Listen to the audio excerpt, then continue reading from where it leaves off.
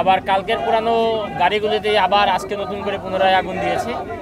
জেলার যে বাস টার্মিনালটা এটা অত্যন্ত ছোট এবং জরাজীর্ণ, দীর্ঘদিনের জরাজীর্ণ অবস্থায় আছে। এই অবস্থায় আমরা কালকে যেটা দেখলাম যে বাস শ্রমিক এবং সিএনজি শ্রমিকদের চালক যারা আছে ওনাদের মধ্যে ভুল বোঝাবুঝি বা কোনো একটা ঘটনা নিয়ে কথা কাটাকাটির প্রেক্ষাপটে ধাওয়া পাল্টা দেওয়া হয়েছে। তাতে উভয় পক্ষেরই লোকজন কয়েকজন আহত হয়েছে এবং বাস এবং সিএনজি দুইটাই ভাঙচুর হয়েছে, অগ্নিসংযোগও হয়েছে। এই ঘটনার প্রেক্ষাপটে কালকে আমরা উভয় পক্ষের সাথে কথা বলার চেষ্টা করছি এবং উভয় পক্ষ মোটামুটি আমাদের কথা শুনে শান্তশিষ্টভাবে রাতটা পার করছে। সকালে আবার কেউ কোনো মতে ইনস্টিগেট করছে বা উত্তেজিত হয়ে আবার কালকের পুরানো গাড়িগুলিতে আবার আজকে নতুন করে পুনরায় আগুন দিয়েছে।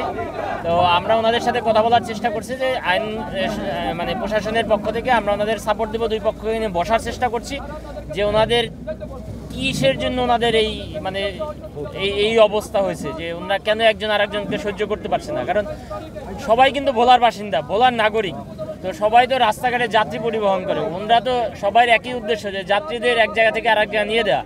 তারপর কেন এই ভুল বোঝাবুঝিটা হচ্ছে আমরা চেষ্টা করতেছি ওনাদের সাথে কমিউনিকেট করার।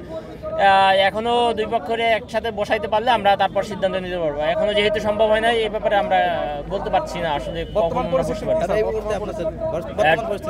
Till now. ওনারা আমাদের আশ্বস্ত করতেছে স্যার কোনো সমস্যা ঘটবে না, তারপর কালকেও করছে কিন্তু সকালে একটা ঘটনা ঘটে গেছে।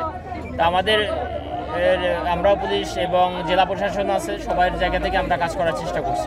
এইখানে হচ্ছে বাস চলাচল বা সিএনজি চলাচল না করলে আসলে যাত্রীদেরই সমস্যা হয়, আমরা যারা সাধারণ যাত্রী তাদেরই সমস্যা, এটা আমরাও বুঝি। কিন্তু যারা বাসটা চালাবে, যারা সিএনজি জেটটা চালাবে তাদের তো চালাতে হবে। আমরা ওনাদের সাথে কথা বলার সেই সমস্যাটা ফাইন্ড আউট করার চেষ্টা করছি। ফাইন্ড আউট করতে পারলেই বুঝতে পারবো কবে চালাবে, ওনারা কবে সিদ্ধান্ত নেবে। এখনও যেহেতু ওনারা আমাদের এমন কোনো কিছু জানাচ্ছে না, আমরা মানে নিশ্চিত করে কিছু বলতে পারতেছি না ওনারা কবে চালাবেন। আমাদের কাছে লিখিত কোনো অভিযোগ আসে নাই, লিখিত অভিযোগ পাওয়া সাপেক্ষে আমরা ব্যবস্থা নিব। আর কালকে এসপি স্যার, আমাদের এসপি সম্মানিত পুলিশ সুপার মহোদয় একটা কথা বলে দিয়েছেন যে কেউ আবেদন করুক আর না করুক, পুলিশ অন্তত তার নিজের জায়গা থেকে এর ব্যাপারে আইনগত ব্যবস্থা গ্রহণ করবে। আপনারা কোনো কিছু পাইছেন কিনা, কি জন্য এই ঘটনা? আমাদেরকে একটু সময় দেন, আমরা ব্যবস্থা নেওয়ার চেষ্টা করবো, একটু সময় দেন।